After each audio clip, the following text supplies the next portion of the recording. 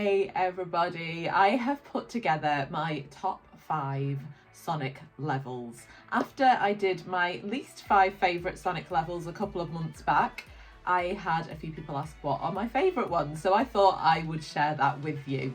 Now, when I'm talking about the games themselves, I'm talking about the original ones, the ones off the Mega Drive or Genesis if you're in the States, the cartridge ones, not including Sonic 3D, because nobody likes that game. Please don't shout at me.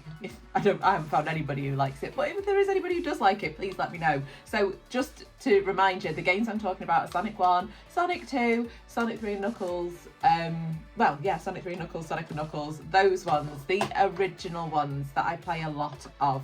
I've recorded the footage on Sonic Origins if you're wondering how I managed to get it in the widescreen perspective. If you don't have that game, I'd recommend that you get it if you do like your Sonic games. It's absolutely amazing and I spend a lot of time playing it. But this is my top 5. There are some controversial ones in there. I'm sure that you will tell me if you disagree, but do let me know what you think. At number 5 is a level which I consider to be the most beautiful in all of the original Sonic series. This is Ice Cap Zone. This level is a welcome break after you've escaped the Carnival Night Zone, which is just chaos in every sense of the word. Ice Cap has a really chilled vibe about it, with no pun intended. It is such a relaxing level, and it's right before the launch base zone, which is where it starts to get a little bit more hectic again. This level utilises the vertical drops, very much similar to that in Sandropolis in the Labyrinth Zone, so you're not just running left to right, you're going down and up as well. This is one of those levels where you can really build your speed up and run through the level. A lot of speedrunners enjoy this one, but one of the things that I really do adore about this level is the different start sequences. Knuckles is beamed in, Tails is thrown into the level, whilst Sonic descends on his snowboard, which is a really, really good way to start the level. I really enjoyed this when I was a kid.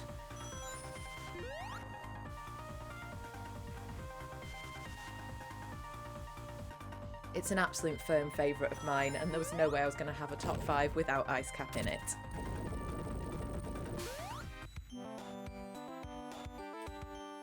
In at number 4 is Sky Chase Zone. This level is the first time that you see the Sonic team move away from that standard platform format, and we are in the sky on the back of the tornado, which Tails is flying for us. The first few times you play this level, you get a bit stressed thinking you're going to fall off the plane. It's rare that that happens, you can spin dash off the plane and fall off a supersonic, but other than that, Tails will follow you around. What is really nice about Sky Chase is you get to see the next level that you're about to play. We fly past Wing Fortress, which is really, really cool. A lot of speedrunners don't play this one. There's not a lot of variation. You can go for high points on this one, maybe collecting the rings, but you certainly can't do this level any faster.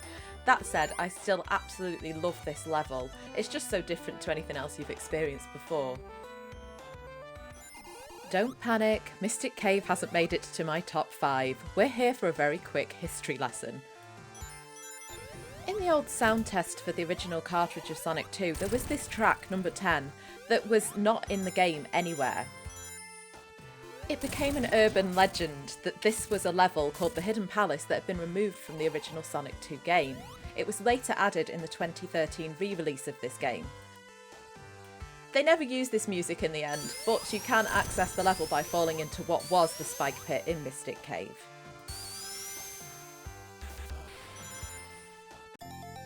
Given the history about this level, when it appeared in Sonic 3 and Knuckles, it was very exciting to see what they were going to actually do with this level, and it is arguably one of the most pivotal moments in the story of Sonic and Knuckles. We finally get to see the face-off between the characters, and it is this moment when Knuckles realises that he's been duped by Dr. Robotnik for the whole time. Whilst the guys are arguing, Robotnik sweeps in to steal the Master Emerald and electrifies Knuckles in the process. When he finally comes to his senses and realises that Sonic and Tails are not the enemy, he then takes them up to the Sky Sanctuary. Given all the history behind this level, it's such a shame that this couldn't place any higher than my top 3. And the reason is Knuckles' level.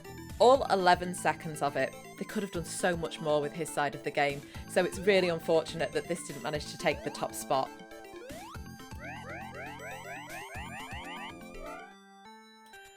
And breathe. You've escaped the labyrinth zone and you are in the welcoming level that is Starlight. This music is so beautiful and it is one of my all-time favourite levels.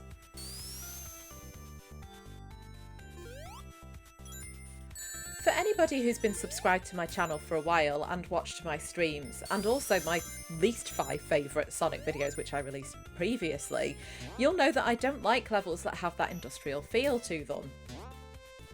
So that kind of begs the question, why is this in my top 5? And if I'm completely honest with you, other than the music and the fact that it's a nice restful level in between Labyrinth and Scrap Brain, I can't tell you why I like this level. Sometimes it's just simply you like what you'd like, right? And Starlight is definitely one of those levels that I absolutely adore.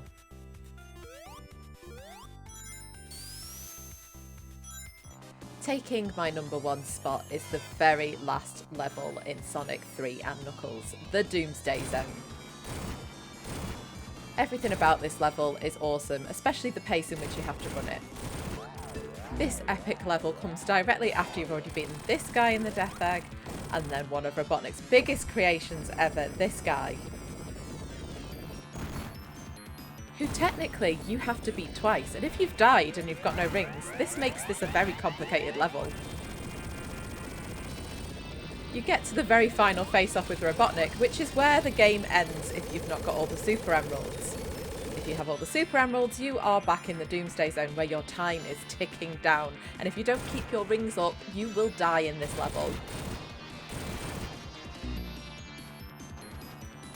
When you finally manage to battle your way through the asteroids and collect as many rings as possible, you're up against this first spaceship where you have to kill Robotnik using his own homing missiles to hit himself on the head, which is easier said than done.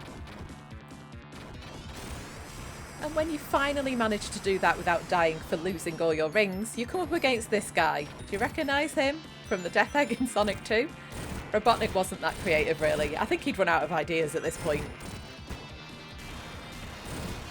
Finally, we've beaten Robotnik and we can take the Master Emerald back to Knuckles. The Doomsday really is my favourite level. Everything about it is just awesome.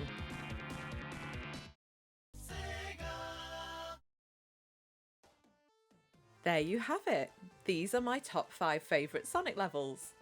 I would love to know if you agree with my top 5. I know there's some in there that people probably don't like as much as I do, but I love all 5 of these levels, and some did just miss the cut, so I would be interested to hear in the comments below which ones you would have put in your top 5 if you were to make your own. Thank you for watching, and I'll see you the next time. Hit like and subscribe.